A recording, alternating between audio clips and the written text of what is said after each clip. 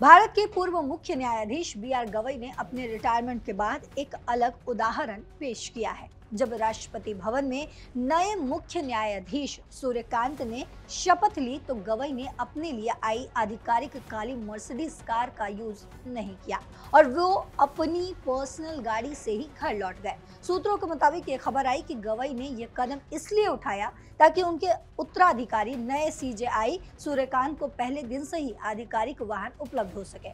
अपने आधिकारिक आवास पर पत्रकारों से बातचीत के दौरान बी.आर. गवई ने साफ कहा कि वे किसी भी तरह की पोस्ट रिटायरमेंट सरकारी जिम्मेदारी नहीं लेंगे। उन्होंने कहा, मैंने शुरुआत में ही कह दिया था कि मैं कोई पद नहीं लूंगा। अब 9 से 10 दिनों का कूलिंग ऑफ पीरियड है, उसके बाद नई पारी शुरू होगी।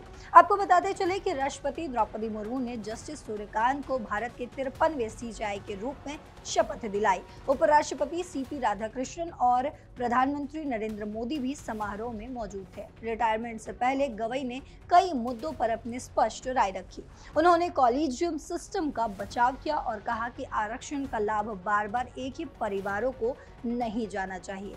उन्होंने ये भी बताया कि अपने कार्यकाल में वो किसी भी महिला न्यायाधीश को नियुक्त नहीं कर पाए, जिसका उन्हें अफसोस है। गवई खुद दलित समुदाय से आते हैं। उन्होंने क्रीमी लेयर की अवधारणा को एससी वर्ग में लागू करने की वकालत भी की।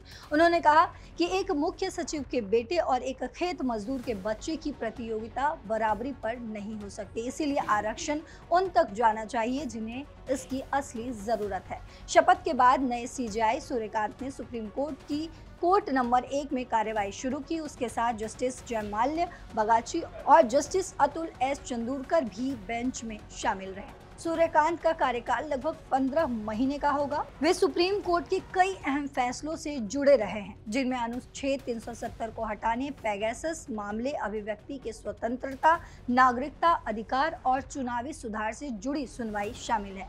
सुप्रीम कोर्ट में आने से पहले वे हिमाचल प्रदेश हाई कोर्ट के मुख्य न्यायाधीश थे और पंजाब हरियाणा हाई कोर्ट में भी कई महत्वपूर्ण फैसले दे चुके हैं। तो ये तमाम जानकारियां हम आप तक पहुंचा रहे हैं। इस पर जो कुछ भी अपडेट आएगा हम आप तक पहुंचाते रहेंगे।